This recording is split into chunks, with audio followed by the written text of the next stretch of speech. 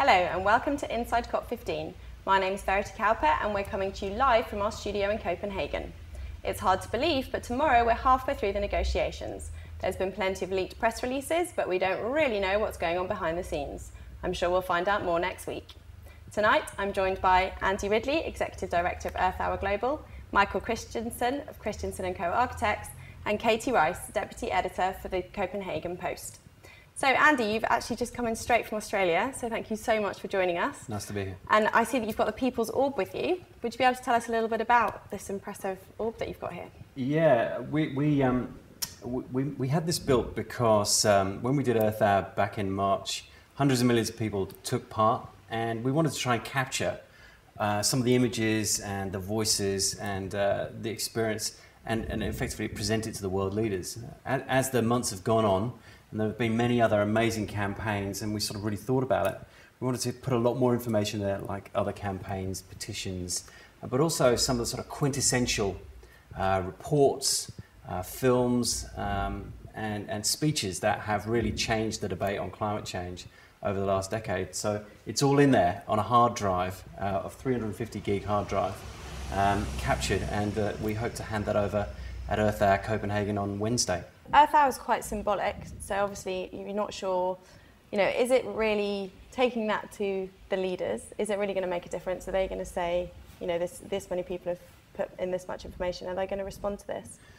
Look, I think no one knows the answer to that question yet, but I think that the more that we can illustrate that there is, more than 1 million, more than 10 million, but hundreds of millions of people out there who care enough to, even if it's for an hour during Earth Hour or for all these other campaigns as well, who want to see change and are there to give that mandate to implement change.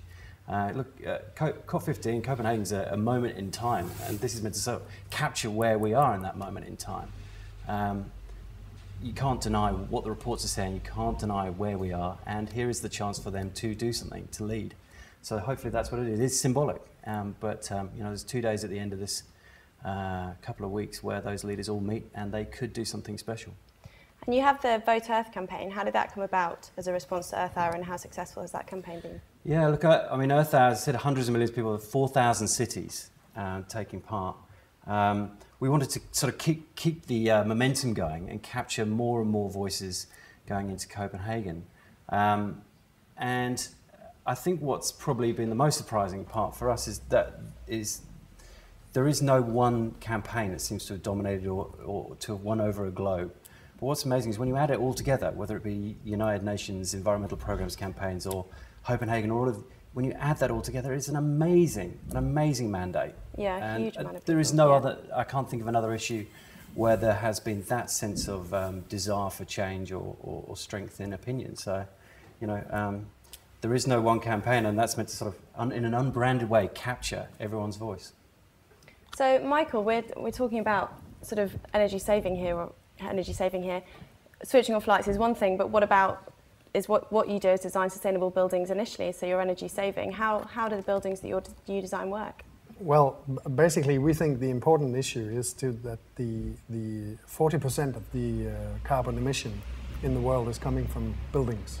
So, of course, we think as architects, engineers, constructors, we have a responsibility to do something about it.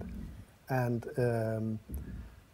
the way we think it is that architecture is meant to be, creating interesting, good spaces for people. And that's our main focus. But at the same time, of course, creating an environment that doesn't use any energy, basically at all.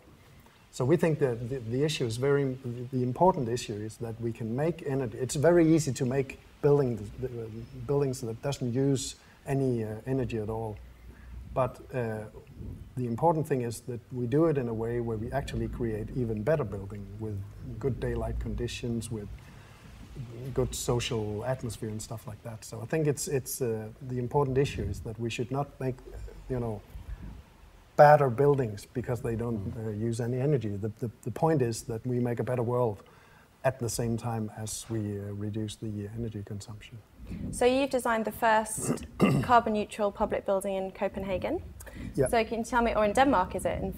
Actually in Denmark. In Denmark. Yeah. So could you, you've got a model of that here. Can you tell us a bit about that? Yeah, it's a very small building. It's just being built on the Copenhagen University, and it's a social building. It's where the students come for counseling, and it's a faculty lounge for the scientific people at the university. And the whole point of the building is that it's all the issues in the building that makes the building use very little energy is also the things in the building that makes the building beautiful as we see it. So it's a circular building, sort of mirroring the passage of the sun around the building. And in the interior, it's created around this circular sort of space where you have a lot of skylights, Velux skylights, creating a lot of daylight from the top. And we actually created a building that doesn't use any energy at all, basically. Okay. But at the same time, with 50% more daylight than the usual office building. Mm-hmm. And that's one of the main points, I think, that we don't, it's not the resistance from sort of sustainability into architecture, it's not reducing the freedom of what we can do with the building, but actually, if we understand it right and we learn how to do it, we can actually make even more beautiful buildings and at the same time sustainable. So these solar panels on the top there, is that generating electricity once it gets started? They are generating the energy. Basically, the building is running close to 100% on solar energy. But another interesting thing, I think, is that the going from what we have proved in a number of projects now is that we can reduce the energy basically to zero. But 75% of the reduction of energy is actually coming from the design itself. So it's not, weird gadgets or technology that we should wait for or anything. It's knowledge. The knowledge is there in the way that we can actually reduce the energy very much only on common sense and the way we design without losing any quality. It's one of the arguments we came across the most when we first started the sort of lights out, earth out thing was people sort of suggesting that you're going back into the dark ages. Exactly. Whereas the actual reality of it is you're not actually asking people to go and live in a cave and eat cold beans. You're actually projecting a better way of living and a better life and a light in an office rather than a dark office. And yeah, no, it's totally true, and it's a different way of looking at the issue, isn't it? I think that's a very important point, that we don't forget that we should make a better world at the same time as solving this problem. It's not like some burden we have to take on. It's opportunity. No, it's an opportunity, and I think it's going to be, in terms of architecture, I think we'll look back and see this period as maybe the most important period for architecture since modernism. It's like a big step forward. This is all being pitched obviously to the sort of Northern Hemisphere nations, essentially. What do you think? I mean, this architecture is more expensive. Is it more expensive? Of course, making a small experiment as this one is a bit more expensive. But I think going back to the fact that we can actually reduce the energy consumption by 75% just by the design, that's very cheap. When you add on solar panels, when you add on different heat pumps and gadgets, it's very expensive. So I think that the headline is for us is very much that what we can do just by the design we can do very cheap. Maybe 1%, maybe 2% more than usual. And then we have cut off 75% of the emission. And what kind of sustainable design? I mean, to me, when I think sustainable architecture, I don't know about you guys, but I think, more insulation, so it's energy efficient, or are they the kind of gadgets you're talking about? Or? No, that's more in terms of, engineering stuff, in complicated heating pump systems and computer systems, regulating things and stuff like that. So it can be, but also solar panels. Solar panels is actually, we think it's cheating when you get to the point by designing the building and you get to the point where you have to add on solar panels. It's like when you can't do more with the design. Okay, let's bring in the solar panels, but you can cover any building with solar panels, and it's not interesting. I think the interesting part is how low can you go without adding the gadgets.